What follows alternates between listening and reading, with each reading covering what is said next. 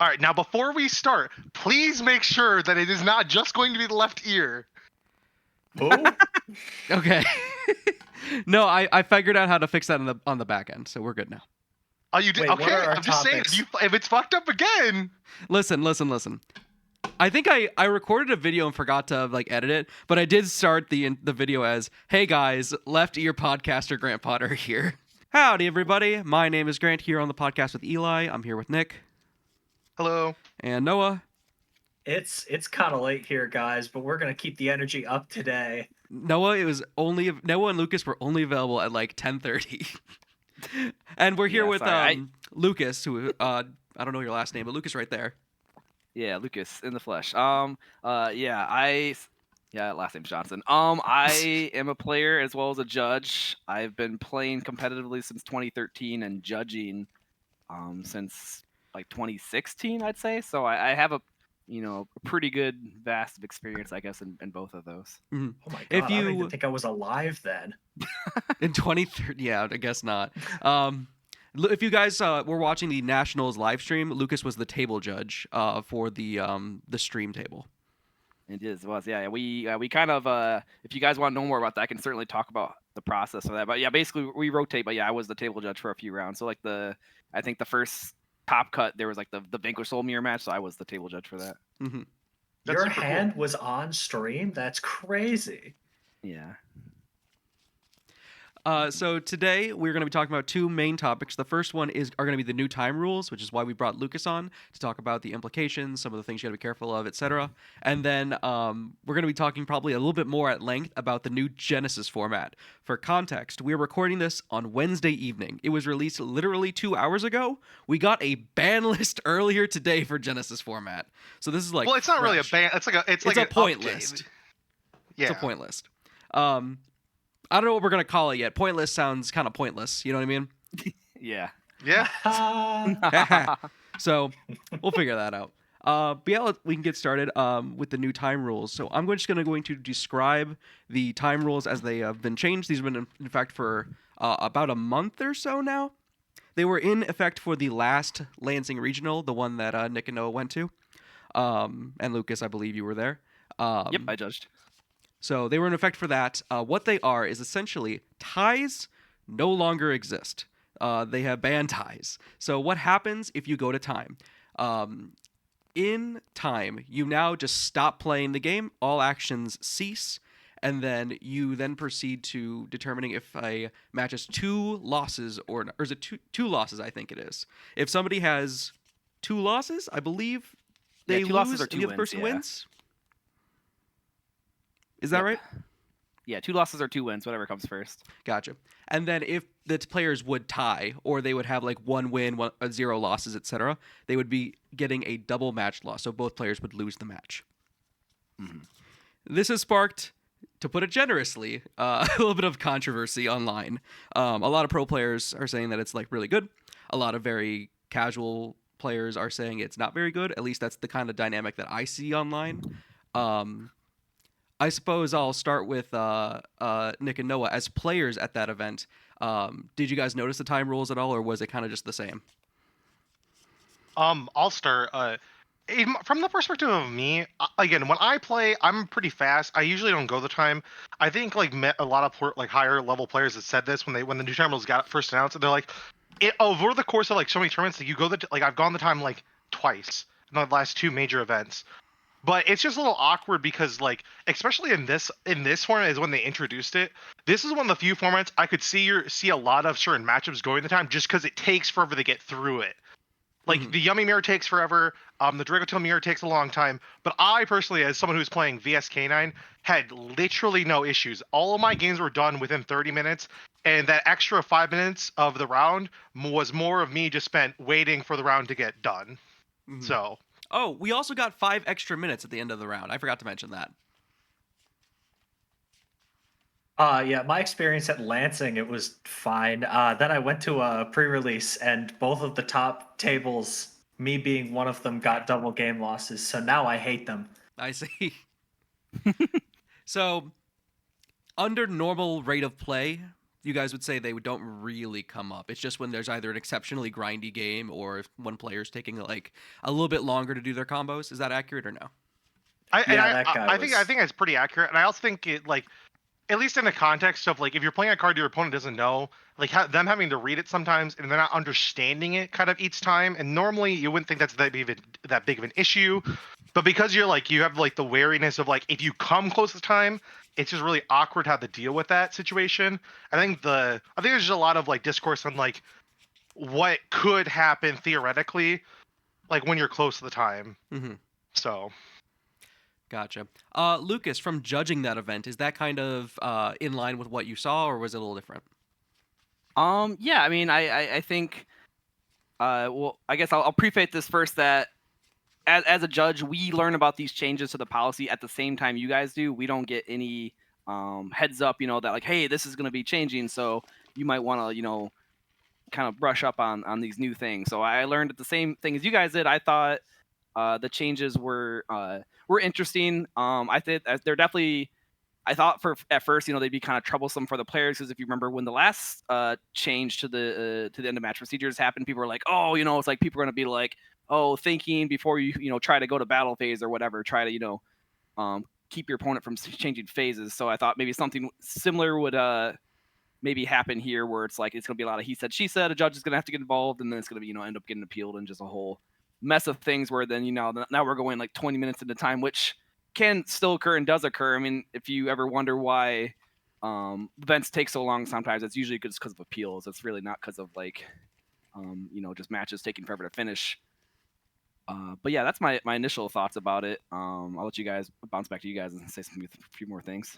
Yeah. So this is something I heard at the event, and like, please correct me if I'm not wrong. But from what I heard and what I know is, as judges, you're kind of like at like alongside doing your normal stance of like answering anyone's questions or any rulings that do come up. It all seems like a lot of judges are trying to be on top of like watching games and making sure that people were playing at a reasonable pace. Where previously I don't feel like that happened as often as I felt like it did at like that first event. I don't know if that's something that where you got asked to be like more thorough about it or. Oh yeah, that's a good question. I will say that normally for every YGO event I judge, especially like the tier 3 ones, like the YCSs, WCQs, prior UDSs when those existed, that's always been something that's told the players is watch for slow play. That's usually like they always say that. I mean, whether that's more prevalent now, I think. I mean, we were definitely.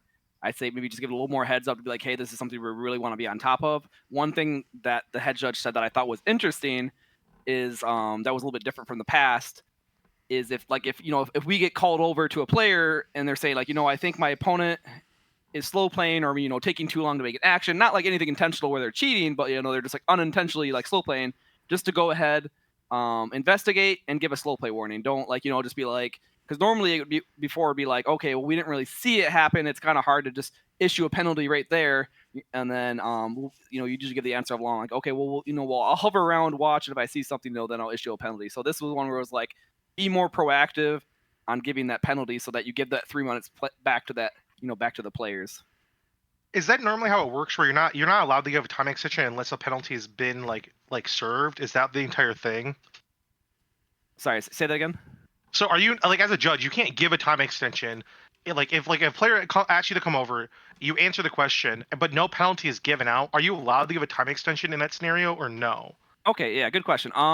So normally, if whatever you're called over for is settled within a minute, there's no time extension to be given. It's once you go past a minute, is that now you start giving that time back. So most ruling calls, are quick and easy. They're like within 30 seconds, no time extension given. Players will, especially the more esteemed players will be like, okay, can we get a time extension? It's like, sorry, no, it didn't take over a minute, kind of thing. So that's why, as judges, we try to make sure when we walking up to the table, we check the clock, write it down if if we're really feeling it, and then that way, once we're done giving the call, look up at the clock, be like, okay, cool, that only took less than a minute, we're fine. I see. Okay, that makes sense. Yeah.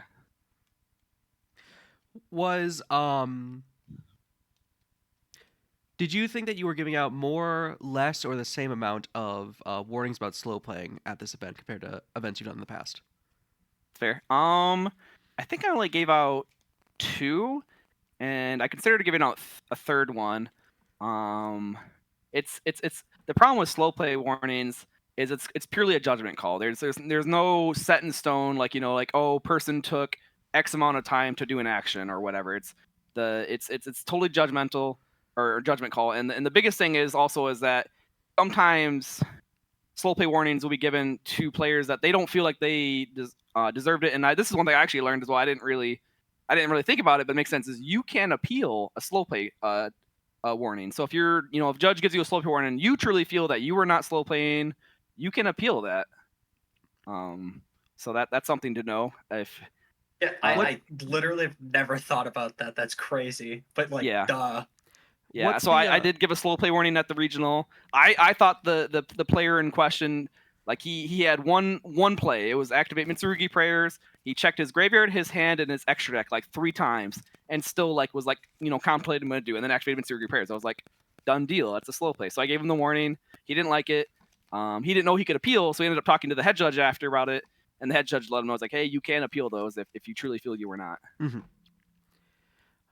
But yeah, to say if I gave more or less, I would say it's about the same-ish. I think just going in, I wanted to be more apt looking for it, but I do think a lot of players did a great job of really, playing at a good pace, because obviously nobody wants a double loss.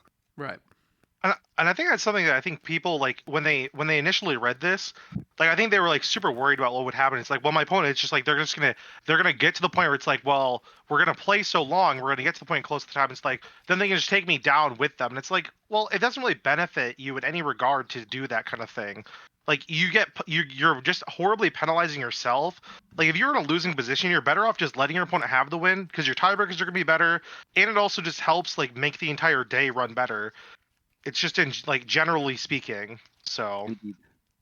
Yeah, I guess another thought on that, this is more just from a player or just from a person aspect, is people, I think, too often try to assume the worst out of their opponent or other people. And I think for the majority of players in this community, they don't want a double loss. If they truly feel like, there's no way I'm winning this, I'm maybe down a game or game 2, and there's no way I was going to win the second game anyways, but time is about to be called, I'll give my opponent the win. It's like I'll be the better person, not even for the tiebreakers, just because it's like we all come here, to have fun and to make, have good experiences with other people that enjoy this, same hobby as ours. Mm-hmm. What does the... I would totally agree. Oh, sorry. A question. What does the investigation process look like? Because how I'm looking at it is it's kind of a he said, she said. So how do you guys determine what actually happened, or how to assign penalties and such? Sure. Are you just saying in general, or is this purely when time is called, or? I'd say in general for now. Okay, yeah. So in general, the biggest thing is you want to hear both players' sides. You want to listen for any discrepancies between both players, and then kind of come back and ask questions on those. And then from there, it can become a little more of a judgment call again, kind of like slow play, where you kind of have to pick the person that seems like they're more consistent, they're more, adamant about what they're saying. If there's someone that's kind of like wishy-washy, not totally like, they don't even almost sound like they don't believe themselves, then you would generally pick the other person. But one thing also you got to be careful on that is when you're doing that is you also got to watch out for people that are potentially sharking, which, is using the policy or the rules to their advantage. So that's something you also have to keep in mind. So it's not easy. It takes experience, and it takes, in time. It's not like, technically anybody, as long as they pass the judge test, can walk in and judge a regional. Mm-hmm. But I would say it takes many, many events to really, know these situations and how you should handle them to the best of your ability. Gotcha. And is it usually pretty clear, or is it sometimes more gray? Sometimes it's pretty clear. Sometimes you can be like, yeah, this guy definitely seems like he's not too sure of what he's saying, or this guy's like he definitely he knows what happened very, very well. Sometimes it's a gray area, and unfortunately you just kind of have to pick whoever you think is right. And then if you get appealed, oh well, we'll go from there, let the head judge hear their sides, and have the head judge make a call. But sometimes the head judge will just go with what the original judge said after hearing what the player said. But sometimes you don't get appealed, and you're just like, well, I feel a little bad, but it's like I had to choose somebody, so I went. You just kind of go with your heart on that one. Mm-hmm. But that's why the appeal system like exists. So like if those situations do happen, it's kind of like it's on the player to know that these are like options available for them to use. Right. A question for the group at large. Do we think the new time rules are going to impact what decks people bring to events? Which ones would those be? That's a hard question because I want my gut instinct is to say no, but like we've seen people at least in the Discord be very adamant that certain decks are unplayable because of these changes. That has been me. I've been Right. I've been kind of dogging on Draco Tail. Right. That is a great question. Yeah. Yeah. I mean, initially it's easy to say, oh yeah. I mean, if you're playing a deck like Runic Stun or whatever, those decks already kind of bank on your opponent just scooping because like the win condition for them takes so long anyways. And then there's also the other side is decks that aren't known that well. It's like, all right, do I feel like is it worth taking a very rogue strategy to a regional, knowing that everyone's gonna have to read your cards, that's gonna take up time, and now it might push you close to time, and especially if your deck's also like a grindy deck, it's like that's even like just like oof. Yeah, I'd have a hard time taking a rogue deck to a regional, at least one that's like not in the public consciousness. Like if I brought Mathmech to a regional, that was meta like 2 years ago. A good chunk of people are gonna know what those cards do. But if I brought fucking like Evil Eye to an event, like and those have Yeah, so many everyone's reading your effects. There's cards. the text is so long. I pray for the Aneacraft players when that deck comes out because there are 5 effects on each of those things. Oh gosh. One thing that I think is important to point out is that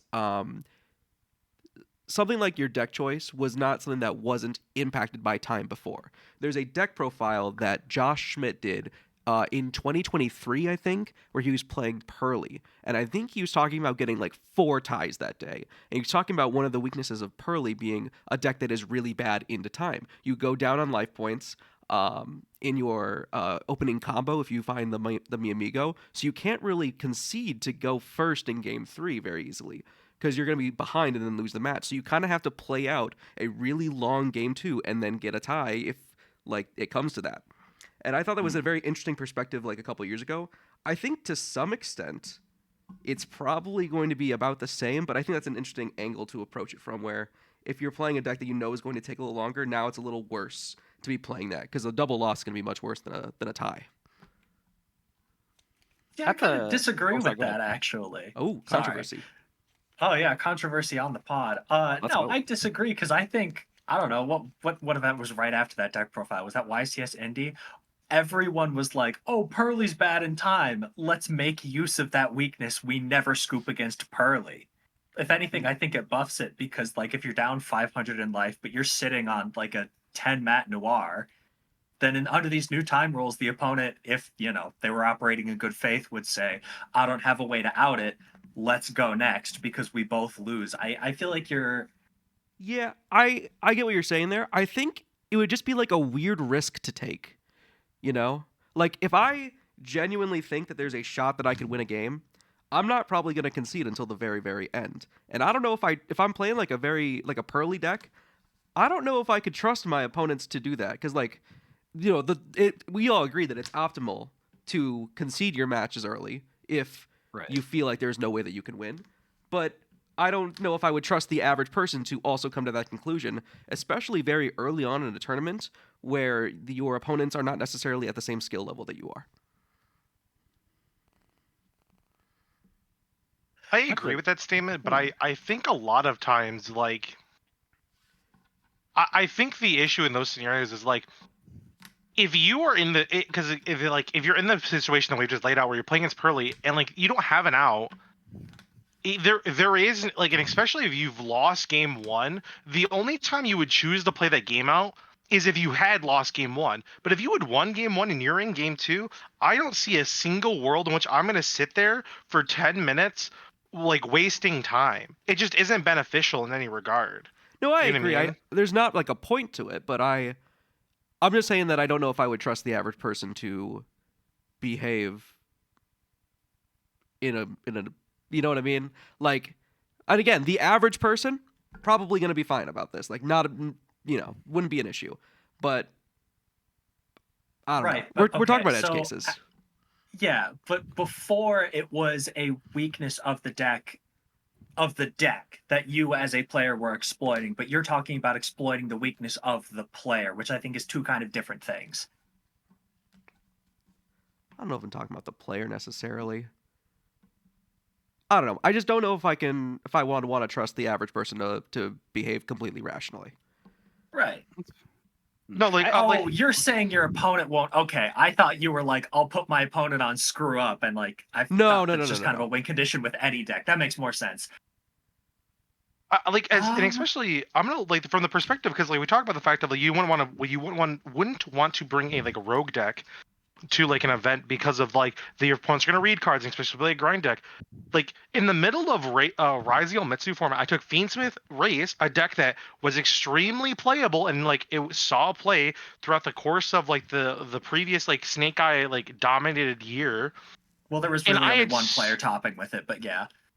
but even then, like people are well aware of what the cards do, and I still had people not understand everything, and I felt like that event I went to time a lot because just on the back of the fact that my opponents are reading my cards, they're not scooping game states that there's no way they're coming out of. Like I had that happen a lot, but I think with the new time rules, I think people would be more incentivized to not have that happen. You know what I mean? Yeah. In fairness, though, the race cards do gain 4 new effects every time I read them. Did you know that fucking what's it called? Airlifter has an effect to summon itself for another card? I thought I just grabbed a spell.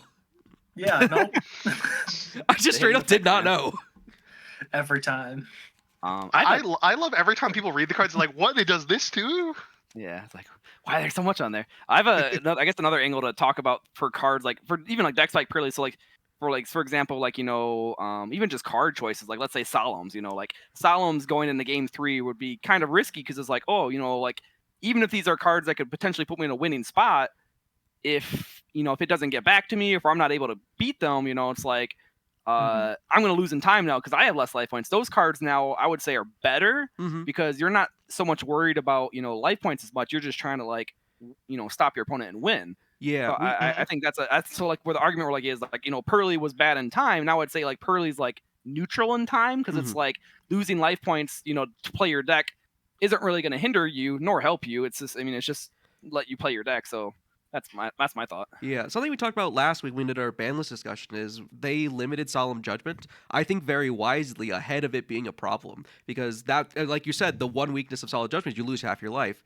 That's no longer like a real weakness of the card with the new time rules. So I think they made a very wise decision of getting rid of the 2 copies of that card so they're not, it's not just like a big no button that you swing out. Right. But yeah, I don't know if you guys had that like siding patterns. Like let's say like even like like tier limit format. Like it was like, do I side out cards like instant fusion for game 3? Because it's like if I activate it and we get into like like a normal like game state, like I'm gonna lose in time. Yeah. I most definitely thought like that during like toss era and like the format preceding toss where I'd play Cosmics and you would just go, it's like 10 minutes out from time. Cosmic's really good here, but I just can't leave it in. Like it just sucks. Yeah, I've definitely had that as well.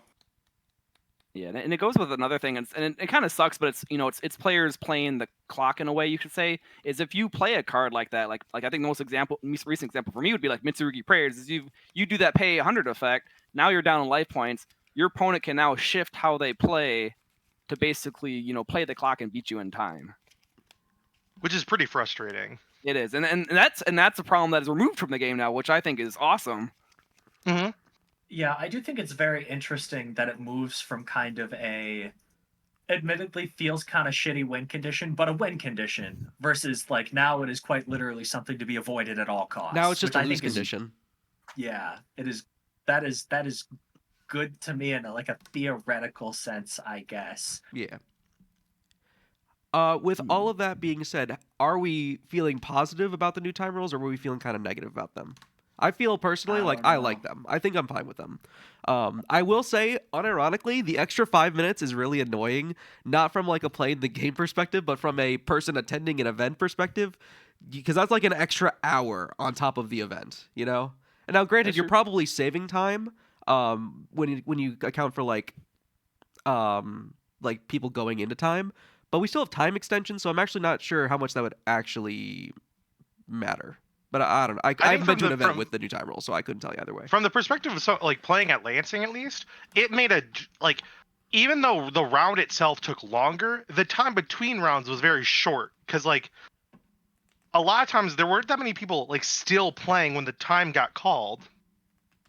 And like Lucas said, a lot of times the time after the clock is really just spent on appeals, and I don't think very many appeals ended up happening, except Right, for there like really there was isn't one many. round that ended up running to nearly half an hour or something. Like Right, that and I was can about talk the about worst. that a little bit as well. Yeah, 'Cause sure. it's something that will probably be important to know in regard to match procedures. Yeah, I'll can save you that give us for. like the names of the players and who was right and Yeah, who was wrong? that is something I cannot do. Please drop their Um, Kasi IDs. Yeah, that too. please. Yeah.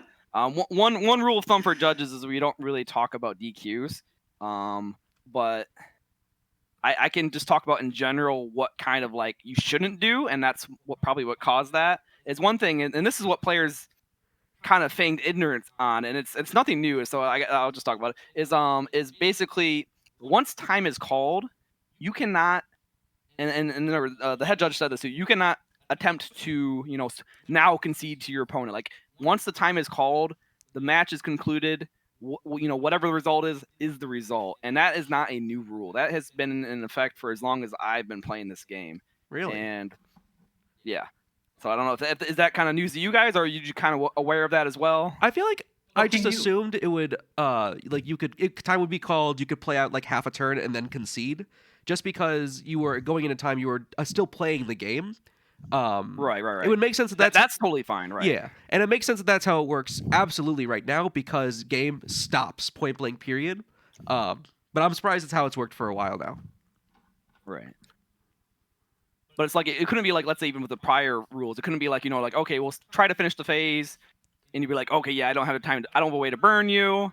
I can just I'll scoop here and give you the win, or otherwise it's gonna be a draw. Like that would be fine. It's the difference is like, okay, like the turn is ended, and afterwards, okay, you know what, like it's like you can have the win, or you know what, it's gonna be a draw. Why don't we just roll for it? Like things like these are things that you cannot do and could never do. Mhm. I suppose it wouldn't come up that much beforehand, because there was a different the different way of determining who wins and loses a match was Yeah. for the most part very definitive. Mm-hmm. Yeah. See, Usually there was that's- always gonna be some kind of result that. But I will, yeah, I'll say this as well as don't. I'm sorry, I'm having a brain fart here. Someone else go. Because so like you can correct me if I'm wrong, Lucas, but I can talk about what I heard at the event, right? And there's no there's no issues, right? Yeah, you should be fine. We're not gonna, unless it was like something egregious that like should come back to you. Okay, I remember I was gonna talk about. Remind me, Billy Break. All right, but yeah, I mean, unless you're like gonna be like, yeah, I cheated my opponent, whatever, or something, No, don't, so 'cause, like- don't ever like, say anything like that. don't- Ever. No, Unless you don't put it because in like your profile. you're like dancing around the issue, but I think I know what you're talking about based on what I heard. Just don't trip So- yourself. Don't trip yourself. Yeah. Yeah. Based on what trip exactly. Yeah. So based on what I heard at the event, someone got DQ'd for this exact kind of situation where they're playing out their game. The one guy is clearly won, and he wins the match. The time is called. He is winning. The game is he's won. It is over.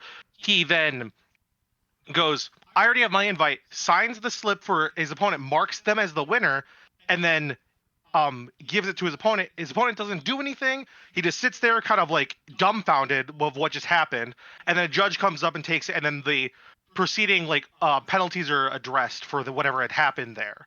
Like that's what I had heard happen, but I don't know if that's actually the case, but that's just kind of hearsay. For sure. I wasn't totally directly involved.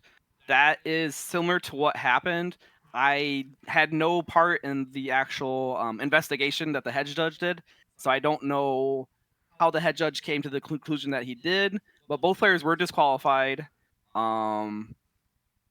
And we'll just say, hypothetically, granted, what you said happened was true.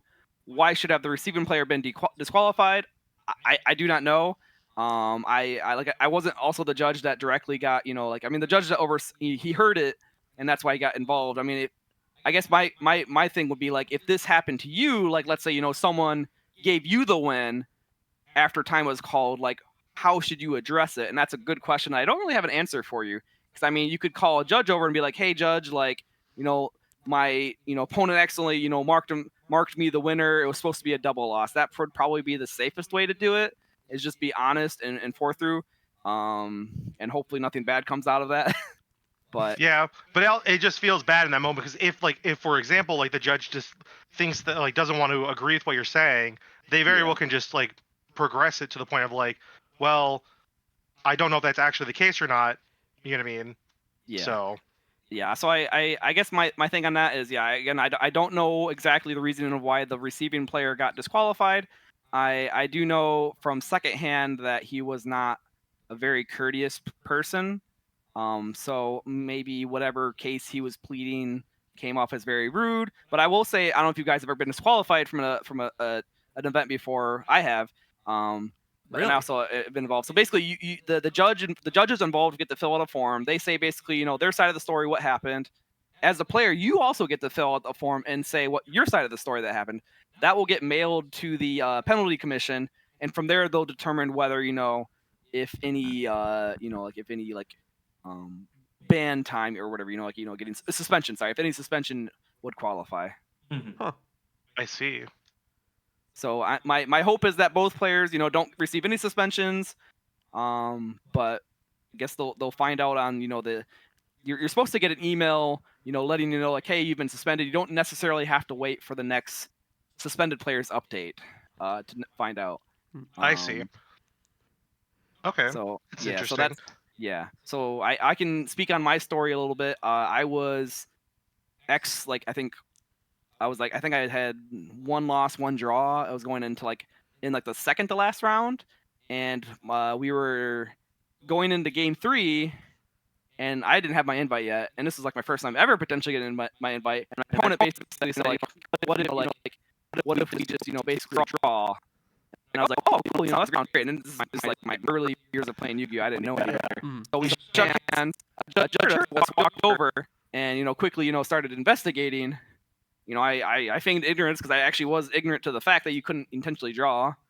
My opponent, unfortunately, he just kept kind of defending himself and stalling it out. That to the point that the judge got the head judge involved, and head judge came over and was like, "You guys are both EQ'd. Come with me." And I was like, "Well, crap." So, Oh, so jeez. I filled out the forms, went my way. I was bummed, but I knew what I did was wrong. In the end, my opponent kept trying to argue with the head judge till the end. And I was just like, "Man, just give it up, dude."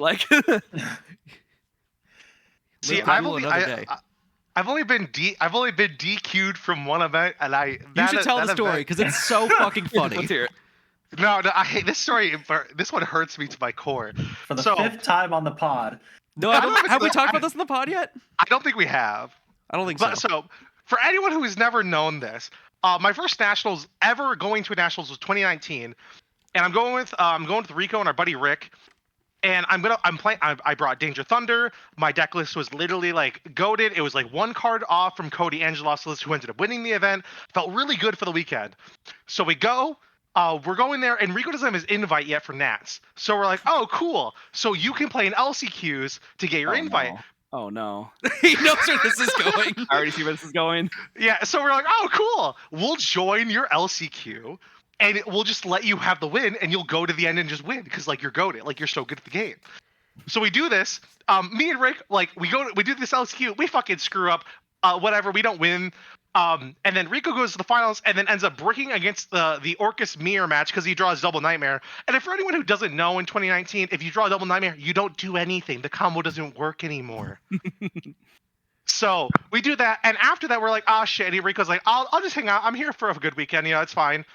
So we're like, okay, cool. So we go up, and the thing that blows my mind is they let us check in at the registration desk. We check in, we get all the pre-reg, all the pre-reg stuff, and then we're like, okay, cool. So we go back, hang out, do our testing that night, going into the next day, show up for the event.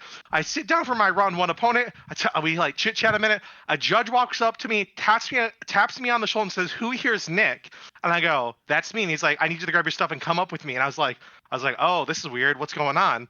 And at this point, I kind of knew what was happening because our buddies on the day prior were saying, "Oh, you guys are idiots! Like you guys are just stupid."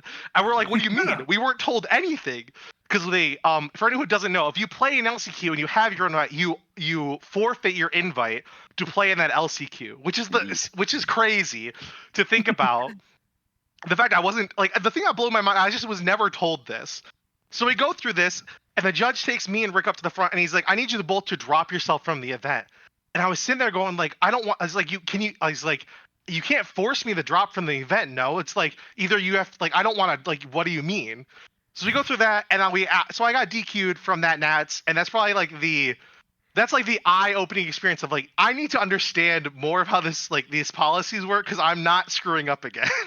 Yeah. So as soon as you started saying that, I knew that's what was gonna happen, and it stinks because it's like you think that they like it's not advertised a lot by Konami or even by the tournament organizers that like, hey, like you should be like, hey, by the way, before you sign up for this, do you have your invite already? Like that's not a thing that's asked, and it seems like it's more of just like player known. But if you don't know, then you don't know.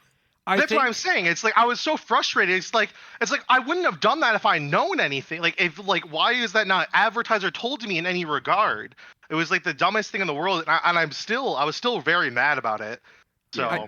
I Rightfully think so. on the website it does tell you, because when when Gerchek was signing up for LCQs this year, he saw it, showed me, and I was like, "Hey, Nick."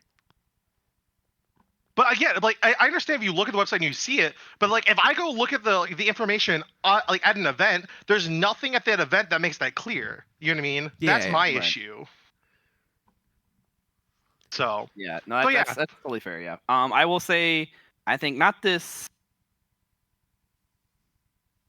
past Nats, but the one before it. I think the one in Texas. Ocean, who's like a younger player from the Kalamazoo area.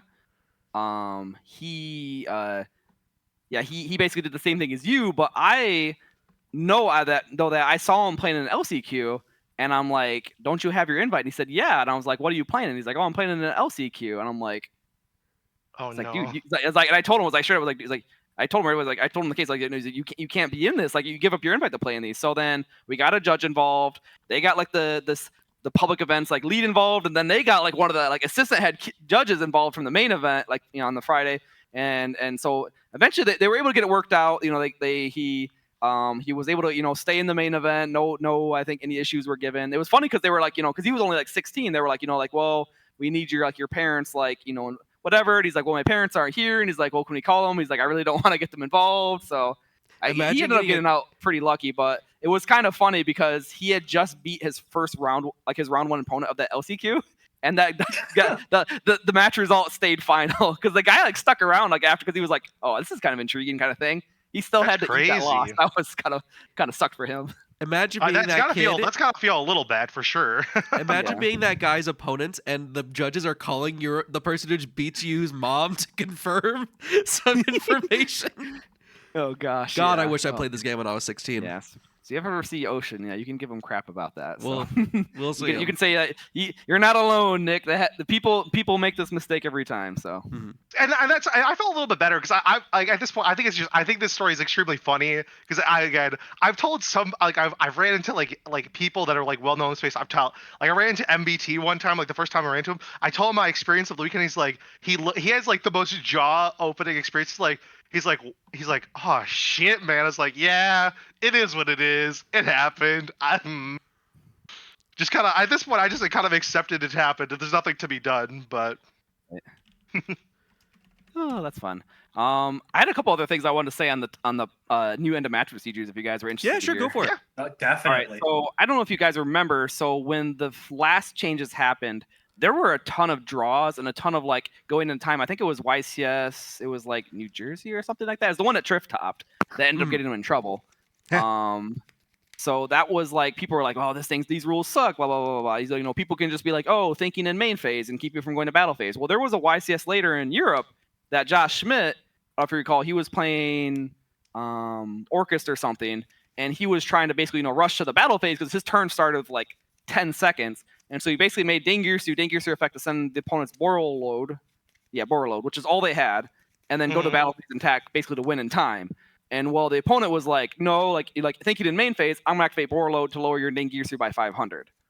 And then time was called, And then Josh, like, basically argued against the judges, saying like, well, I've already made, the intention to go to the battle phase. I should be able to go to the battle phase. And so they ended up siding with them. And then that's why it became, a precedence that like now, like, and I'm sure you've had this or know this, like going that like at events like it's like if you make the intention to go to, change phases to go to the battle phase, for example, that's what's going to happen. Like unless your opponent is activating something meaningful that has to happen in that phase, you can get to change phases. So I guess my thoughts is like kind of similar here is like, like time is called, no more actions could be done, no more, you can't resolve any more effects. One thing we were told was that if one player is swinging for game, like it has to be like one attack is swinging for game, that attack will get to go through. Now, if it was like you had game on board, with all your attacks, then it would be a double loss. So I thought that was interesting, and maybe that's something that this will come up at some major YCS on stream, and they'll be like, okay, if you have game on board, then then it's fine. Like we'll have to wait and see. Maybe a 30 seconds for battle phase provision type deal. Yeah, we'll have to see. I bring this up because I think it's very funny that you brought this up. So our buddy Chris at the Lansing Regional, literally round 1 of the event, first time with the new time rules, he goes the time in battle phase, and I don't know if he was swinging for game or if he had game on board, but he's clearly in a position where he could not lose. You know what I mean? There's literally nothing his opponent can do or activate in that situation, and he ends up getting the double game loss in that exact situation you just laid out. And I was like, I think it's just extremely funny that it's like we saw the opposite of that happen literally at that event because it was like the first one to be done. Yeah, it was. We were the guinea pig weekend. Yeah. We truly were. But all right. And with that, Lucas, is there anything else you want to talk about being a judge, where people can find you, etc.? Yeah, sure. I did have one more thing I wanted to say about end of match procedure. That will be interesting going forward. And I'm not sure how it's going to be handled. But yeah, for me, I'm from the west side of the state of Michigan. I'm from Muskegon, but I generally go to Legends and Grand Rapids to play. So you'll basically find me anywhere in the Midwest events. Yeah, I run the West Michigan YGO page, which usually encompasses like Muskegon, Holland, Kalamazoo-ish, and Grand Rapids. I know there's like a mid Michigan regional or mid Michigan group. Sorry, that's like basically Lansing, and then I think there's like the East Side one doesn't really have one. I think they have like Pandemonium Yu-Gi-Oh is basically their group, or Eternal Games Yu-Gi-Oh. Okay. But yeah, so that's where you can find me. I'm on most things. You can, if you ever have like a ruling that you're dire to know, you can always ask me. I know some of you guys have before. I'm usually a busy guy, but I'll try to, if it's something kind of interesting, I'll try to answer it. Sometimes if it's like a stupid question, I might just ignore it. Sure. And then Lucas, if you send me your socials, I can put them in the description in case people want to follow you on Twitter or whatever. Deal. All right. And what's the last thing you want to talk about? Yeah, so this is interesting. I don't know if you guys know or heard about this. So per the current policy for public events, only the finals is untimed, which means, let's say, round 1, or even like the semifinals, they double loss. That bracket is gone. Like that's just the end of the tournament? Yeah. So like, let's say like, we'll just make it easy. Let's say like round 1, everybody double losses. The bracket ends and no one gets the prizing. That's we have confirmed that per Julia. That's wow. Crazy. Huh. Yeah. And Guys, so like if a double loss happens on happen. one side of the bracket, is someone just getting like a bye then while they're pretty waiting? Much, yeah, pretty much.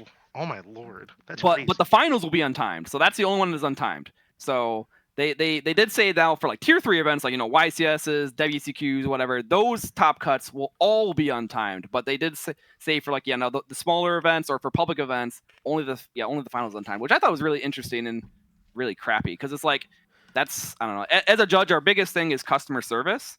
We want players to come back and have good experiences with Konami sanctioned events. And that's not really good customer service. It's like, since you guys all double loss, you don't get anything. We basically got your $15 or $10 each. Thanks. Yeah, that's kind of a shitty experience in that regard. Yeah, so that's something that I hope they change. And maybe if enough people situations happen where it's bad or people complain, then maybe they'll have it change. But for now, that's how it's being ran. I assume at Anaheim, I was trying to look at the FAQ to see if because when it comes to policy, the only thing that overrules policy is the FAQ. So if they for some reason decided, we'll do like all untimed for a public event, like which could be kind of hectic because it's like what if one goes like an hour and a half and one goes 30 minutes, like you're gonna have a really weirded bracket, but that would at least you wouldn't have to worry about double losses. So that's I can't really see it on here, so I assume that they're just gonna be doing only finals untimed, which would be really rough, especially for like rivalry. Like rivalry is the worst one because it's like it's different for like Winamat or like regional fights. People know what decks are usually being played. Not for rivalry. Both players don't know what their decks do. Yeah. I think the fact you just brought up rivalry is a really good segue point for our the main other topic we want to talk about is Genesys format, which Konami's already come out and said that they use the rivalry side event as the testing grounds for the idea of what Genesys was. Wait, did they say that? Like they did, yes. They did. Yo, yeah. So the decks that they used at the WCQ were Genesys decks. So people had decks with like 2-pot agreed and they were like, what the hell? Yo, I mentioned that in the chat earlier today as like I wonder if that's what it was doing sort of thing. I didn't know. They confirmed it. That's crazy. No, I listen. I think it's very funny you said that, and literally, I'm pretty sure yesterday in the chat someone had mentioned it, and you just didn't see it. I think that's very much. Top 10 things I don't do is read. So easy your player makes sense. Yeah, true. Ask my wife; she knows. So, I'll give kind of the TLDR because this is maybe one of the biggest things to happen in Yu-Gi-Oh in like years. So, they are introducing a new format to Yu-Gi-Oh. What does that mean? So at events, you'll be able to play Constructed, which is what we normally would just call Yu-Gi-Oh. It's every card up until this point at 3, unless it's on the FNL. You can play Constructed, or you can play what's called Yu-Gi-Oh! Genesis, where you have your card pool. Everything is assumed to be cost 0, unless they tell you it costs something specific. So, for example, a card could be 3 points, 5 points, 20 points, 100 points, etc. And you are given a cost limit. So if for normal events is going to be 100, some stores may choose different numbers depending on what they want for that event. I believe Jeff Jones, his store this weekend is having an event where the cost is going to be 120, so that players can get used to the new list and all that jazz. But you are allowed to register cards in your deck list up to that cost. So, for example, if I have a 40 cost card, a 30 cost card, and a 20 cost card in my deck list, I have 10 more points to spend on every other card in my deck list, main, extra, and side. Now, that's not usually an issue, as most cards cost 0. But if I want to play something like Ash Blossom and Joyous Spring, which costs 15, I could not add that to my deck list without it going over the 100 point threshold, so that deck list would be illegal. Essentially, you have to stay within your point budget, which I think is really interesting. I've been told, and I don't know if this is true because I don't play Magic, but I've told it's like Canadian Highlander in Magic. I'm just gonna let that out there. If anybody that is correct. That is correct. Okay, I've talked to like 3 people who play Magic about this, and none of them knew what I was talking about when I mentioned it. So it's like Canadian Highlander. They have released a specific card cost list. I'm going to be calling it the points list for the purposes of this video. I don't think there's an official name for it. And it has, I think, about 500 to 600 cards on it of different. It's 505. Is that with the new points list that came out earlier today, or no? I don't know. I don't think that that was prior to the new it is edition. Somewhere around 500.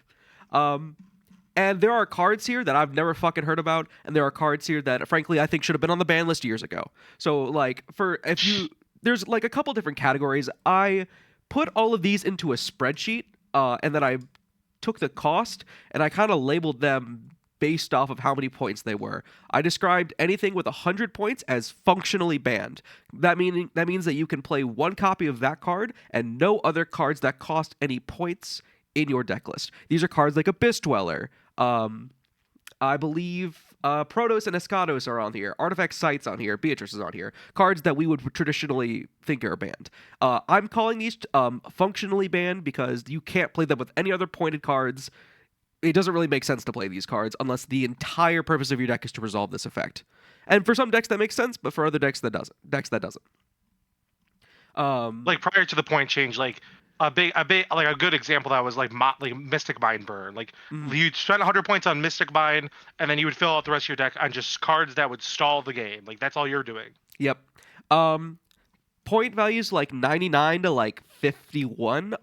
I'm calling very specific cards, like cards that you can build a deck around, but you still have some point values to work with. Cashier Rise Heart is 97. That doesn't give you a lot of room, but does give you some room to work with. Baron de Fleur is like 85. Branded Lost, for example, is like 66. These are just very powerful cards in general. Mitsurugi Ritual and Prayers are both 60. And that leads me into my next point, is that some points have been given intentionally conflicting numbers to keep people from doing 2-card combos. I'll give you an example. The card Crimson Dragon is a 100 cost card. You need to spend all 100 of your points to play it. The card Hot Red Dragon King Calamities is a 1-point card, which means you only need to spend 1 point to get it. You cannot play those 2 cards in the same deck list, as that would equal 101 points and would go over the traditional 100-point threshold. They have functionally banned this 2-card combo, which is very interesting from like a deck building perspective. It reminds me about how they used to do I think they still do, the Duel Links ban list. The way that Duel Links ban list works, and I used to play a lot of Duel Links, like in high school, is that cards were, if they were limited, that means that you could take 1 card from the entire limited list. So right now, if you have like Foolish Burial, Harpy's Feather Duster, Crossout Designator, you could play them all because they're all at 1. But in Duel Links, you get to pick one of those 3. Same with the semi-limited list, you get to pick 2 copies of all the cards on that list. It'd be like how currently you can play 1 Dormouse, 1 Rabbit, 1 Dormouse and 1 Rabbit, 2 Dormouse or 2 Rabbit, but you cannot play like 2 Dormouse, 2 Rabbit. So it works differently than it does in the TCG. This ban list kind of reminds me of that, because they're doing stuff to intentionally block out a lot of 2-card combos. Another thing that's worth noting, like specific archetypes will often have cards that are in multiple tiers. Mermail, for example, Barrier Statue of the Torrents is 60 points, and Lantine Dragoons is 40 points. You can play those 2 cards together, but Neptibus is 33 points. So you cannot play those 3 cards together, but you can play any 2 of those cards at the same time. There are a couple other tiers that I would describe, but everything is going to be like what I would consider reasonable. They spent what looks to be like a very long time actually curating this list. There's a lot of things that specifically don't work in very creative ways. For example, Fright for Patchwork, Nightmare Apprentice, Cornfield Coatl, and Guardian Chimera are all 33 points, which means you can only play 3 of them. I don't know what Chimera was doing in their testing to deserve this, but that is clearly what they have built for that specific deck, is you can play 3 copies of any of those 4 cards. Without duplicates. There's an entire like section of 1-point cards that I'm like 90% sure is just meant to box out a bunch of other shit. Like Nightmare Throne is 50 points, Phantom of Yubel is 50 points, and Gruesome Grave Squirmer is 1 point. You're very clearly not supposed to play all 3 of those cards together. So, I would agree. With that, there's been a lot of discussion online about what decks are going to be good. Right away, the top contender was looking to be Vanquish Soul, as they received, and I'm not joking, no hits on this list. There's not a single Vanquish Soul card on here. There were canine cards on here. Izuna, Ripper, and Lupus were all on the points list. We're talking about the initial list, right? I'm getting there. Okay. This was until this afternoon when they, 2 days after announcing the format, released a points update list where they updated about 30 cards to different point values, it's crazy. And they released like a document that outlines their goals for the format, why they've chosen to do some of these things. For example, like they were like, hey, the K9 cards are really good, so we decided to add Jokel, and now that Noroi is being released, we're adding Noroi to the list. But they also said it'd be a little weird to do this with decks that are just being released, so we've decided not to hit Radiant Typhoon or Doom Z in any way. And I thought this was just a very nice thing, a very considerate thing for them to send out. Along with that, a lot of points were updated. I'm pretty sure they looked at everybody's like day 0 builds and just was like, all right, somebody's doing too well with Lyrilusk, or they're cooking too hard, we gotta fucking put Bird Call to 20 or some shit like that. So a lot of people were posting Mystic Mine lists, as Nick said earlier, so they just bumped a Metaverse to 3 so you couldn't play them together.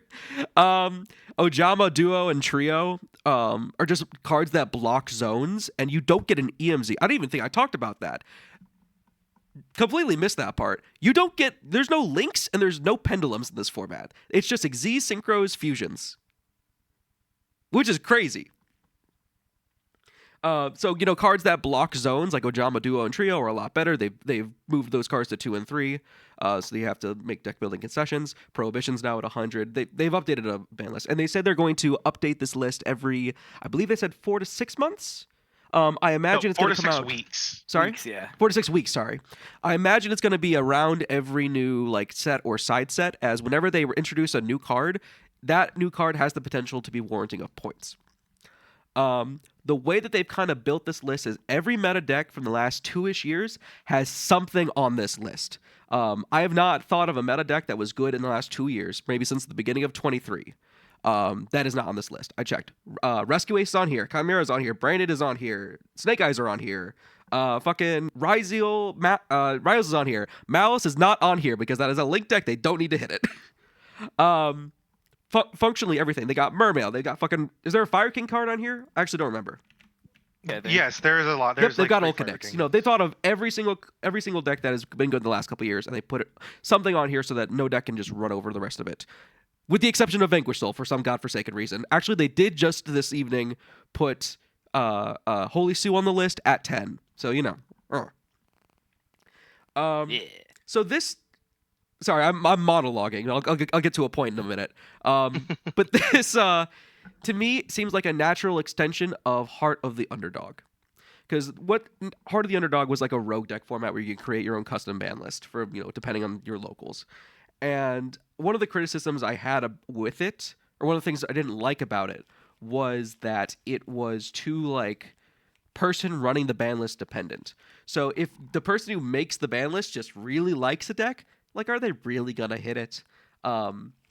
This to me seems like a better way to encourage a rogue knight or a non-meta knight, where you get to play cards that are good, but there are restrictions as to what kind of cards you can put in, and as well, the adjusting the point limit basically let to decide on the power level of that format. It's not exactly the power level, but it's pretty close. I think that this format's really cool. I hate deck building though, and I hate rogue decks. So I think this format's just not going to be for me until a metagame develops. But I think it's very interesting. I think that I think deck building right now becomes a little monotonous. I think once a deck gets solved, it's and if deck's pretty easy to solve, like Yummy, for example, was solved pretty much right out the gate. You're playing 18 hand traps or 18 board breakers. I think that this is going to encourage a less streamlined view of building a deck, because there's going to be so many restrictions that you have to work with. It's going to really benefit creativity. I would call this a Noah format for that reason, because Noah really likes doing that shit. I think it's really cool. I think it's really interesting. My one criticism is that they don't have links, and I understand why they don't have links. It's because there's links are busted to fuck. Every deck plays links, even if you restrict yourself. An Xyz centric deck in the last year, half its cards were links because it just happened to work really well with the Fiendsmith engine. You know what I mean? I get why they didn't have links in this, but all of my favorite decks are link based. So I'm really annoyed that I can't play fucking Math Mech in a capacity that makes sense. It's just one of those things. But all in all, I'm pretty interested to see where this develops. I've monologued for a long time. Gentlemen of the call, what do you guys think? Yeah, I'd say that this format sounds like it sucks and it's the worst thing that's ever going to happen to Yu-Gi-Oh! Noah literally does not know what we're talking about. He literally doesn't know. No, so... Noah, we hopped on the call about an hour and a half ago, and I was told people we're going to talk about Genesys, and I was like, cool. I have not been keeping up with what's been happening. And that's the reason why. No, you said you don't like it till a metagame develops. I'm not gonna lie, I kind of like the ban list. I don't. It's you said there were 505 cards. That's fantastic. It sounds like they're keeping up with this, but I don't know. I'm kind of with you on the rogue thing. If I'm going up against an opponent with no hand traps, and my opponent's specials like Bish Balkan. I'm not like, whoa, what a cool deck building decision. It's like, oh, okay, this is the playing experience that I'm having, and I probably shouldn't be having it because this card is, an FTK machine. Yeah. Like, That is a fair point, but I will say they have been incredibly generous with what they have like functionally banned. There are 100 cost cards that I didn't even think about. Fucking Angel 07 is 100 points. Do you know what that card does? I don't know what that card does, but I was told it was an FTK, so I'm happy it's on the list. Fucking Catapult Turtle is a 100 cost card. Like even like Deck Lockdown and Crimson Dragon. Crimson Dragon is not even an FTK card. What other than Hot Red Calamity, blah blah blah. But like they thought that like that could potentially be a problem, so we put it on the list. Fossil Dino Patch Cephalo on the list. The Mayakashi Trap that turn skips, Featherstorm, Io,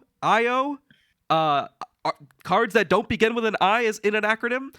The 100 point list is really long, and most of these I think are cards that are deserving of a ban. So I think they've done a pretty good job at that. I feel like they spent a lot of time thinking about what cards need to be at what point value. Interesting. How do I want to say this? I think what they've done is very, very good, very interesting, very cool. However, I think there are some very, very major oversights, and like the thing that bug me are these my biggest gripes, and they're so minor. It's like I'm gonna use an example because I hate this card because I've been playing a lot of like BA in this format with friends. A card like Context C is 100 points because there's no way to get rid of it because links don't really exist anymore. Mm-hmm. However, a card like Flying C, which it functionally does the same thing, but it just stops Xyz, is 0 points. Or That's you have crazy, cards actually. like Macrocosmos or D-Fissure are also 0 points. So I just like their logic of like, we want to remove floodgates, but we don't want to remove floodgates. It's just like I feel like they should fully commit to one. You know what I mean? That's a big gripe I'm having. Yeah, especially like the spell trap floodgates, just because they're so hard to interact with. A card like Shen Shen, I think is much more easy to like actually out than a card like DDG. Right, and I think DDG is only like 10 points. DDG, you know what? They did think about the floodgates. DDG is 10 points. So game, set, match, Nick. But he does right, like D-Fissure and Macro, which are at least a little bit easier because they're continuous. They are 0 points, though. Yeah, I think back row removal is really good in this format. Yeah. I agree. Again, the reason I really like a deck like BA is a deck that it's literally its entire shtick is I'm going to draw my hand, and if you set up a full board, I might just set 3 cards in pass and then torrential strike you for the win. That's a viable thing, and it's not a bad decision to do. Well, but my biggest gripe is viable, but you could do that now. No, you could not. No, you could it not. doesn't work. Yeah, exactly, because it doesn't work. Okay, but like, I could see that working in this format because this format seems to be much lower power. I feel like we're just saying that because it's new. I don't know. I feel like all the high power cards are like 100, points. Yeah, they Right, definitely but went I can't after a lot of cards. Like there were people at the beginning of Ryzeal format. I know Santoli was playing Strike because he felt like it was just good in the main deck. It's not impossible that trap cards are good in the main deck. Right, but he was playing one counter trap that was good for the format. He wasn't playing torrential strike and like bottomless. Right, yeah. Traps have traditionally, unless there's something that can be activated like from the hand, like Imperm or the Dominus cards, they generally don't see play unless they're impactful enough in the main deck. And I think if you give this a month, we'll find either the most consistent FTK or Floodgate Turbo. And sure, it might get hit in the next list, but I feel like if you just keep going, we're just going to hit the same spot where we're at now, if that makes sense. Which is kind of different. One problem I think that will emerge, and that's kind of in the same vein that you were talking about, is all the hand traps that do anything cost points, right? And so, like, I don't know if I want to spend 45 points on a playset of Ash Blossom or like 32, 39 points on a playset of Imperm. I've been trying to deck build some stuff, and most of the decks that I'm looking at are high engine decks. Now, maybe that's just like a me thing, but there is a slight concern that this is just going to be a combo format. I don't think that's true because I think Konami in their and again they did a lot of this testing. They literally put out a blog post about this idea that said people initially will look at this format and want to play these heavy engine decks with no potential for like interaction cards like hand traps and things like that, and they're gonna lose. You're just gonna lose more games because your opponent just does their full setup and you don't get to do anything. However, if you take the idea that you're going to either give up consistency or give up some of your toolbox nature of whatever deck you're playing to get those cards that are just generically speaking have good interaction, I think you're well suited into that metagame. So, for example, we talked about VS is looking like a good deck, and the people initially were looking at playing it with the Canine cards. But I don't think that's the correct way to build that deck. Where I think you should be looking at that deck and saying, I'm not going to spend points on the Canine cards. I'm going to spend my points on getting interaction cards. I'm going to get Ash. I'm going to get Crow. I'm going to get a card like Shifter and things like that, where all your entire plan is just to have as many interaction points as possible. You know what I mean? Yeah, no, So I'm like a little concerned about just being like combo nonsense. I will really just Yeah. depend on how much time they spent figuring out the point system. It is interesting. They didn't really. I mean, they said they put 2 years into this format. But like Nick said earlier, there's definitely going to be oversight. But it does seem like from what they've communicated, which is sweet because they are being communicated, especially with the the updated point list they put out today, is that they're open to hearing from the players on what should or could be done, especially in regards to how often to do the updates. Yeah, this I think has been Yeah. a win if for no other reason than just because of the communication we've gotten from Konami on this. Well, I don't appreciate you moving the goalposts. I agree with that assertion. I mean, they definitely want it to work. I mean, they've already announced they want to do a YCS. They already announced like crazy like good prize support. I mean, They basically turned it into a 2-day like kind of event kind of thing for YCSs. So they really want this to work. And they tested it at Nats. Like, I feel like you don't Yeah. do that unless you're committed. And Right. I'm going to say this from, again, we talked about this on the pod after Nats. People loved the rivalry update. People genuinely had some of the most fun they've had playing Yu-Gi-Oh! In years playing that format. Was so mad that I was doing okay at the main event because I wanted to play rivalry so fucking bad. Yeah. And give another thing is since I was on the stream for the event, one thing that they were doing as well is that is if they weren't using the backup stream table, is that they would take the finals of rivalries and put those over on that to kind of like get that streamed, and then they would kind of sneak it into the stream here and there so that they could kind of showcase. Wait. And I didn't realize then. I was like, oh, they just want to show off rivalry. Realistically, they wanted to show off Genesys. Wait, that's so cool. That's so fucking cool. Yeah. Wait. We're talking about a format that's going to be dead in 3 months when we have somebody here who was like at Nats. Can we ask him to talk about that? Like right. behind the. Yeah, I didn't know anything about Genesys, but that is a good criticism because Konami has in the past put out these like, oh, look at this new format we're putting out, like Heart of the Underdog or Graceful Charity or whatever, and they give up on them. They don't support it, and this is one where I genuinely think that they're doing the best because they want this to be an option. Where they say if they want to bring in old school players. I disagree actually a little bit with that. I was talking with Tommy Newman about it. That I think this is more actually a poll for legacy players that have been playing the game for a while. Yeah. I think what they say when they say they want to get new players to join this game, and I think deep down that's what Konami wants, because for the last 2 to 3 years they've talked about the biggest issue that the shareholders that are coming back with them are saying, you are not getting new players playing this game. Why is that? What do you need to do to make that happen? Yada yada yada. You know what I mean? Like that's a constant thing they've been talked about. And I think this is, from the Konami's perspective, I think that's what they want this format to be, but that's not what this format's going to end up like developing into. This format benefits you knowing like a wide card base. You know what I mean? It might be, you might get benefit. You might be able to come into this format and say, oh, I used to play.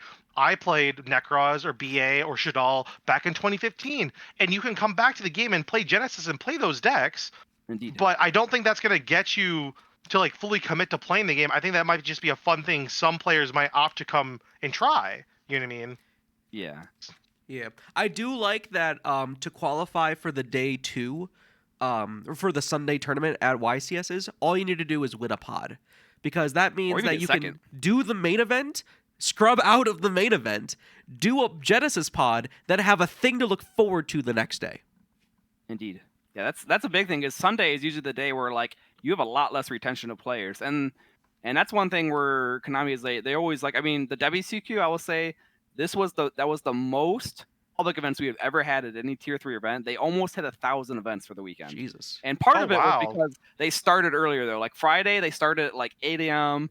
and then like Saturday and Sunday, I think they started at like 9, which is like earlier than they would normally stay. Because sometimes like they would even like wait until like 11 or noon to start. So they were really pushing to fire those events for better or worse. I mean, it was definitely tough on the judges and players as well. Like waiting forever for their events or not hearing their events, but that's something they definitely wanted to do is they wanted to fire more events. Yeah. Mhm. One of the biggest criticisms I have of the Ultimate Time Wizard was that if you had to pick one or the other. So I'm very happy that they're making it so you can functionally do both if you do poorly enough in the one. Right. That is nice. That is very nice. Yeah, the Ultimate Time Wizard was cool because we saw lots of returning players coming back just to play that. They hadn't played in years. We're like, Yeah. oh, I get to play with my old cards again. Sweet. I think that's a very underrated thing, and like we've talked about like the fact of them they're trying to phase out Time Wizard, and I think ultimately that decision or that move is a very uneducated decision from Konami, because I think they truly could have had a beautiful thing going where they had Ultimate Time Wizard, they had Genesis, they had Standard, they just had all these different options for players to pick from, and I think just removing some of those is just disingenuous for players, which sucks. I think Agreed. like one of the concerns Konami has when it comes to like alternate formats is kind of the commanderification of a single format. So Commander is like the most popular, I think, way to play Magic right now. It is. And I think it's Standard, which is their version of Constructed. Yep. It is just not that popular comparatively. And so I think that one of the reasons they weren't like so adamant to push Time Wizard for any like particular format, so adamant to not push any of these other like alternate formats, was that they didn't want people to just not play Constructed, especially when Constructed is bad, as it so often is. They didn't want people to jump ship for those alternate formats. But I think that this is a good middle ground of this is something you can do if you're not having fun playing Constructed. If you're on the 7th month of Snake Eyes, you can play fucking Genesis, but also you're playing with modern cards and you're playing with like the updated rules. Links notwithstanding. I think I can agree with that statement, but I also like I don't know. I don't want to fully like agree with that sentiment, if that makes sense. Because I feel like there's a little bit more going on there, if that makes any like level of sense. Yeah. I suppose from here there's only 2 more questions. Are you playing Genesis, and what deck are you playing? I think I'm gonna play Genesis a little, but I don't think it's gonna take over as my primary thing that I'm gonna play. I like Constructed. I have no interest in just deck building for like 4 hours on end. This man would I think would murder himself if he didn't get a regional top in Standard before he moved on. So That's true. No, deck building is so tedious. I just don't like it. Like, I would be just as happy if I had someone handed me a list for an event. Probably not as happy because there's some sort of pride to like, this is the list I built and I'm bringing in and I did well with it. But I value technical play more than I value deck building. But I will say, I will play this casually, and I will be playing. I think the deck I'm going to try hard in is Radiant Typhoon in this format. Because that's gonna be untouched. Yeah, because it's gonna be untouched. I just ordered all the cards. You don't need a lot of extra deck stuff for that, so you can spend all your points on staples. And they fucking won't let me play Chimera for some goddamn reason, so I have to play this fucking Wind archetype. I was so fucking mad that you're really still mad. I'm seething about that. Why would they? You said it earlier. They took like the last 3 years of any relevant deck and just axed It's Chimera! Come on! Come on, man! I don't want to. Like, what did Coatl do in testing that caused you to 33 it? What happened? I want to know. If I put money down, I guarantee it's the fact that deck just OTKs out of nowhere. I guarantee that's probably what it is, and it was making an unfun experience in that regard. Okay, but have you considered it would be fun for me? I mean- I have tried so much to make Chimera work. For the last 2 days, I have been trying to build Chimera, and I finally had a build that's blind second. You're playing Shaddoll Fusion and Ketu and Rahu Draco Tail cards to fucking find your fusion guys, and then this afternoon they put Ketu to 10 and fucking Arthalion to 20, so the deck doesn't work anymore. Fuck. I think that's for the better, though. There was a lot of people that were angry by these changes. And one main criticism is they should have not announced Genesys until having made these point changes already. You know, like why did they announce Genesys and then be like, oh, like we've been like the points, have been frozen until the end of August. We had changes that we wanted to do, but we wanted to wait for the new set to drop. Like, why didn't they just wait to announce Genesys? Because there were people like, oh, I can play Vanquish Soul Canine, like. It's like that's amazing, or even people like Nick from your locals. Nick Hartley was like, "Oh, I can play Mystic Mine," and then they boned that, or people were playing Exodia and they kind of boned that. I think Exodia is still going to be a little relevant. Mm-hmm. I'm so happy that they banned the Mystic Mine deck. I was not looking forward to that. Yeah, I know. Nick Hartley said, "Yeah, I give up on the format." I was like, "Thank God!" I know you guys. I heard that he was saying that you guys were talking about doing like a 99 point cap. So We were literally discussing that. Yeah. listen. It's a dick move on our part, but also they're 100 for a reason. Yeah, right. They're effectively basically banned. Yeah, like functionally, like there's a reason we're calling them functionally banned cards. Yeah, functionally banned. Yeah, and the funny thing is, and there's a lot of people thinking like, oh, this deck would be good, and then they got to remember, oh yeah, no links, no pendulums. Like I was thinking, it was like people were like saying like, oh, Math Mech is dead. I was like, what do you mean? They can make synchros and XYZs, but they need the extra monsters. They need that was my first thought. My first thought was Math Mech OTK, and then I'm like kind of like looking at the deck because you don't need links to OTK with that deck. Math Mech's whole shtick is that it's the one Cybers deck that doesn't need links. But you need the EMZ, so it doesn't work. No, but this is kind of funny because you guys mentioned this deck, and Adam, one of his first takes of the format is he looked at Mathmech and said, "Yeah, I can't do that stuff, but it's still like a very competent rank 4 toolbox deck," and he literally just played it with a ton of just generic good cards and just made rank 4s. You know what I mean? And then opted to go for like Utopic Future on turn 3. If you didn't clear all those rank 4s, so it's like an interesting idea or a view of the format because I think that's not something people would have like initially thought to go do. Right, a different way to play a deck, basically. Yeah. Yeah, I think if all the Math Mech cards didn't Cybers lock you, I'd be happy to do that too. Nick, what are you playing, and are you playing it? I'm gonna give this format a shot. Like you said, like I play a lot of Yu-Gi-Oh. I really like Constructed. I put a lot of effort into Constructed. I think this is a format where if I do shitty at an event, I'll probably go do this because they killed Time Wizard. I can't play Time Wizard at events because I really liked I liked Edison. But I'll go slam some trap cards. I'll go activate Graph, activate Seer target Dante target Seer. I'll do that all day long. So I'll have a grand time. And the two decks I really am looking to play is I really want to play BA and I really want Necroz to work. Those are like the two decks I think have a lot of potential because we just got all the new BA adjacent support through Buio and the Fusion card. And then Necroz just got their stuff in Battles Legend and those cards are really good. They just weren't good enough for Modern. So I'm excited to see what we can come up with those. Now that they've banned all like the FTK cards, like blind second strategies that aren't just like 20 hand traps or like 30 board breakers might actually be okay. Yeah, I think you can generally have some like my biggest beef with modern Yu-Gi-Oh is very rarely can you just play through someone's board with engine alone. It's very difficult to do. Like only certain decks can do it. Yeah, and I think this is a format where you can actually do that, where you can break boards with just your engine. I think that's awesome. Noah? Yeah, I'll probably be playing Dark Gaia Turbo would be my guess.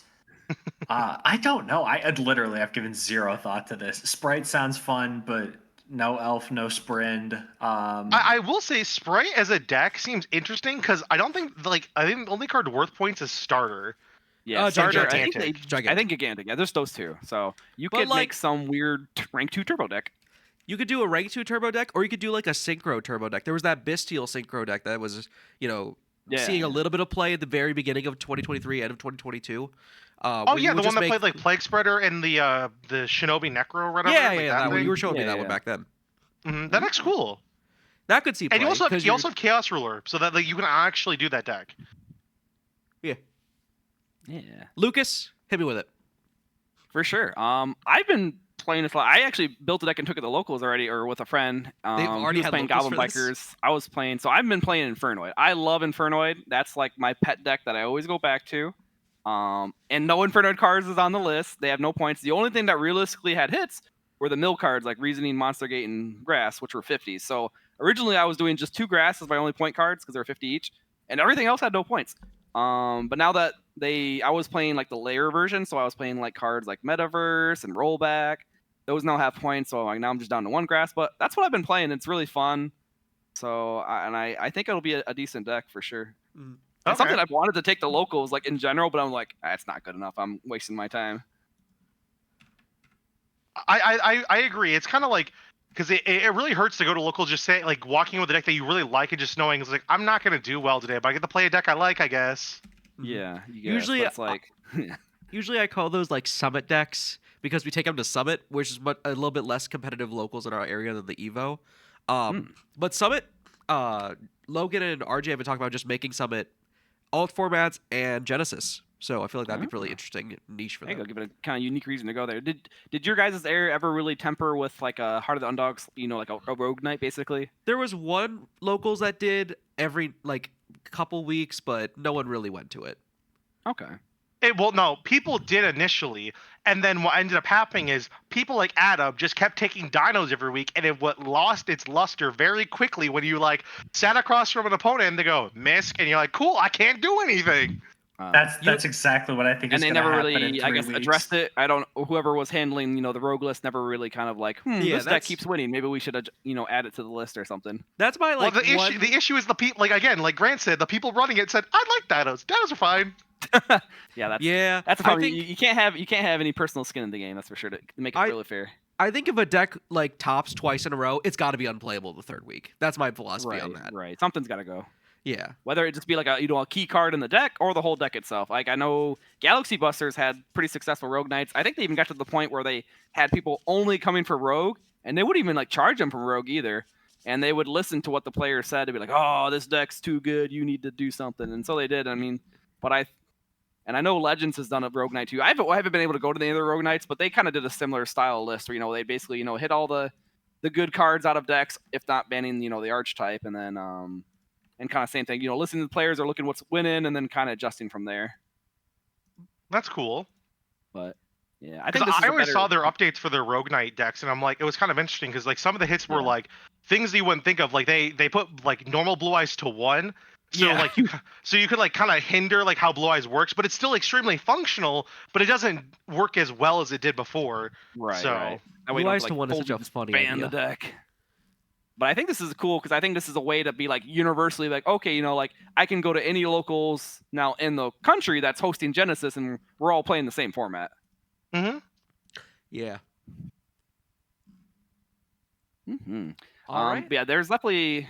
I guess my last thoughts would be there's definitely going to be oversight, but it seems like they're willing to address issues early on, as we've already saw with the thing today that addressed potential FDKs and stun decks and Vanquish Soul K9.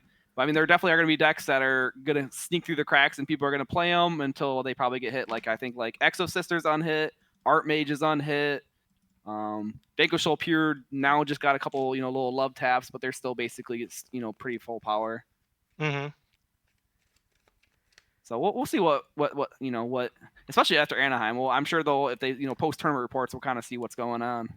Yeah, It will be very excited. interesting to see what ends up coming out on top. Yeah, I really want to see how the metagame develops. Yeah, and then you can kind of go from there. The problem is like, and I mean, and like again, people were kind of mad with the changes they did today. Is like I think Christian Urena, like he was like cooking with Vanquish Soul K9, which really isn't even cooking because it was like, oh, let's just look at the most recent meta deck that's not hit and play that. But he's like, oh, like they hit my deck before I even got to play. It's like. But realistically, like these people shouldn't be upset. Like the format has like it just got announced and we just got a few changes. Like if you were like upset about those changes, like the format never even got to breathe yet. Like we never even like went to like it's not like any events have happened yet. Yeah, I don't understand the perspective of being mad that things got hit already. It's like some of the stuff that was already seeing play. It's like let's be honest, you knew that shit wasn't gonna last. Let's be realistic here. Exactly. Like if There- you expected mine to live, like come on, like I think you need to like realize like come on, like it goes against the entire format. And the same thing with like the Exodia FTK, like that entire deck like kind of goes against the whole um Right. Ethos. feeling of the format. I think other decks that are kind of like poised to do well are decks like Monarch feel like they have a lot of potential. Yeah. Like we talked about VS. I think Leerless, even with the new hits they got, are still really good. Yeah. Trying to think what else is there. I think Eldritch, honestly, as a trap Oh, deck, yeah, seems they're pretty untouched, potent. Elton seems insane. Yeah, they don't. I mean, the biggest thing was the floodgates, which they won't really get to play any of those. But I'm sure. But they'll again, find like something else. like I talked about with BAs, like if you just play the interactive traps, like that's sometimes just good enough. Like I don't think modern players are ready to get get hit with a cards like Torrential when they haven't had to play against it in years. Yeah, 0 point. So I was looking through my box of old ass fucking trap cards looking for like something to put in when I go first. And the best two I came up with were Breakthrough Skill and Torrential. Hey, I man, think- breakthrough skill's not bad. Breakthrough Skill's Breakthrough really Skill's a good, good card. actually. One I was looking at was Lost Wind. That's a card I really liked, and I was like, oh, this card's never good enough to see play in modern Yu-Gi-Oh! But now it's like, That's not bad. That's a negate every turn. exactly, and it's a permanent. negate half. Or you look at cards like Titan Cider exactly. that have never saw the light of day, but truly like feel like in these kind of slower formats, like they have a chance. They What- do, and that's cool. Yeah. It kind of gives me the reminiscence of like trap decks have a chance, almost like hat format was like like the last good trap format. And I'm like, that's cool. I mean, if anything's close to hat, I'll play it. Yeah, actually, one of I'll say our guys, Sam, was saying that this format to him felt very much similar to Hat, which that's his like favorite format. So Yeah. After playing a couple games, like it does feel like Hat. Like games go on for a while, and you were incentivized for not being like for playing for the next turn. Right. Like I was playing against our buddy Matt. He's playing Ritual Beast, and I was losing the game because every turn he's ending with 2 dudes in hand, and next turn he does the same thing over and over again. So I'm like trying to play through his setup, and every turn it just keeps happening and happening. You know what I mean? So it's Yeah. like, Indeed. Well, that's Yu-Gi-Oh! That sounds like a little bit more fun Yu-Gi-Oh! Than now. It's like, oh, I didn't draw, the non-engine out to this board. I probably lose. Or I didn't draw the, the crazy, turn skip hand trap or charm me or whatever. no, listen. As someone who's been playing a deck that I did not get the pick for this format, I'm feeling that pain right now. he is Truly so and honestly. fucking Oh, yeah. bad What about playing are you Memento. taking again? Is it Draco Tail or? No, Wait, that's sorry. the deck I wanted. That's the deck I wanted. There's context. There's That's the deck context. So everyone wanted. So last episode on the podcast, we Nick was not sure what he was going to play this format, and I've already spoiled it. But we put out a poll so that the audience could pick. And to be honest, it was mostly just like the Discord, but the audience I did could get the vote pick. in that one. Actually, it was like the Google Docs. Yes, Yeah. that was the Google Doc. You voted on this, I think. I did. What'd you vote? Can I know? Oh, dude, I forgot. I remember you saying you really hated Mitsurugi, so I did not choose that. I honestly forgot what I. See, picked. he's nice He's to me. much nicer. I picked a was deck he nice. was gonna hate. Oh. I picked Yummy. Oh, nice. But we let the audience pick his deck, and the audience chose Memento by I think 2 votes it won. Memento and Yummy were tied for a very long time. We had to come up with tiebreaker rules. But Memento won, and so Nick took Memento to a 3v3 that we went to with Adam on like this past Sunday, and he was just complaining the entire time. I was losing because my opponent put up a Herald, and I was like, "Hey, this card's really good. Negate it, please." And they're like, nah. And I was like, "Cool, I just lose." Tony just had a win Lucky. con and stuck with it. Uh, So, all right. And That's with funny. that, is there anything we want to say before we sign off for the day? Don't be- I don't don't think be a there's anything doom crazy. poster. I think the only thing we can mention is like looking forward to the upcoming like regional and stuff. I think we have a good chunk of people that want to go to the upcoming one, so it'll be exciting to see what ends up coming from those. oh yeah, fresh format. Yeah. All right. I'm curious to see what the deck to beat will be. Of this upcoming constructed format, or Yeah, for modern. Yeah, if it's, What do you- is it what gonna do you be think it's Draco gonna be? Tail, Yummy, something else? what do you think it's going to be? I'm impartial to Yummy. That's my boy. That's my guy right there. All right. And with that, we will see you guys Whoa, next time. okay. Wait, I want to say Just thank you to our guest for coming on, man. We really Oh yeah, appreciate this it. was cool. That's a good point. I This heard is- about this podcast before jokingly, and now I actually got to hear it. And just out of curiosity, because I actually don't know, where do you guys post this? We post this on YouTube. Okay, cool. At some point, I need to start posting this on other places where people find podcasts. Yeah. But I'm what do pretty. you use for the graphics? What do we use? I have GIMP. Yep. All right. So we do very basic stuff, but it's stuff I picked up over the For years. one episode, because he got crap out showing Master Duel gameplay, he did play Putt Putt Saves the Zoo. So Nice. Very nice. Very nice. That was so funny. Frankly, the only reason I don't do more joke games as like gameplay is just because I don't have the time to record gameplay like Putt Putt Saves the Zoo. I did open up. I have like. Sorry, go on. No, Nick, you should start recording Silk Song. I then ruin it. Then I just spoil the people. Then listening, or they watch the video. It's like, oh shit. Yeah. That'd be really funny. Fuck. There was a story I was gonna ask. Okay, so okay. This is a really funny story that Lucas is involved with. This will be the last thing we talk about on the pod. Deal. Two Lansing regionals ago. It's the first Lansing regional. I'm playing. This is the one where. If you guys remember the Malice Crash Out episode that I had, this was that regional. Yeah, this is a glorious regional. Glorious. And Noah, like 3 times, mentions how he hopes somebody recognizes him from the podcast. Oh my god. I just think it would be so funny. Like, he was like, guys, what if somebody recognizes us? Like, as a joke, but he keeps mentioning it. And so, and I don't know if this makes me a good friend or a bad friend. Probably both. Yep. But I constructed a situation where people were going to go up to him after, like, each round and say, wait a minute, are you Noah from the podcast with Eli? So the first person to do this was one of the people we knew from the Owasso locals. And then Lucas was actually the second person I got, because Lucas was judging nearby where I played my round 1. And so I was just kind of walking up to random people after I talked to Lucas, being like, hey, you want to be involved with a bit? And so I was like, all right, I got there, like, I would like tell them the bit, and I'd be like, and I will tell you when it's gonna happen. Like, I'll give you a signal. And they're like, okay. And I did this with like just the people around me.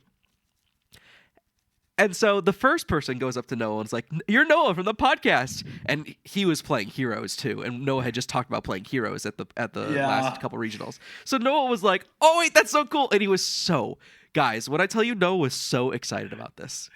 He was so happy about this. Like, I've never seen this man more joyous in my life. And then Lucas goes up to him and he's like, a judge knows me. And he was so fucking happy. Also, can I say something about that? Santoli was like 3 tables away when I got like recognized for that. That was so funny. So Santoli who? Noah the goat. Yeah, exactly. So I think I had like 3 other people like on board for this bit. The plan was to get somebody to talk to you at the end of every round. Oh my gosh. But I saw how happy he was, and I just didn't have the heart to continue.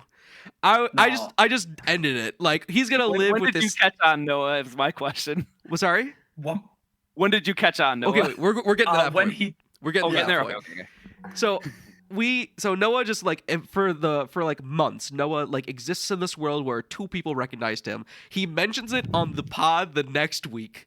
And in the middle of like Noah talking about it, me and Nick are DMing like, oh no. We're like, he just mentioned it. Awesome.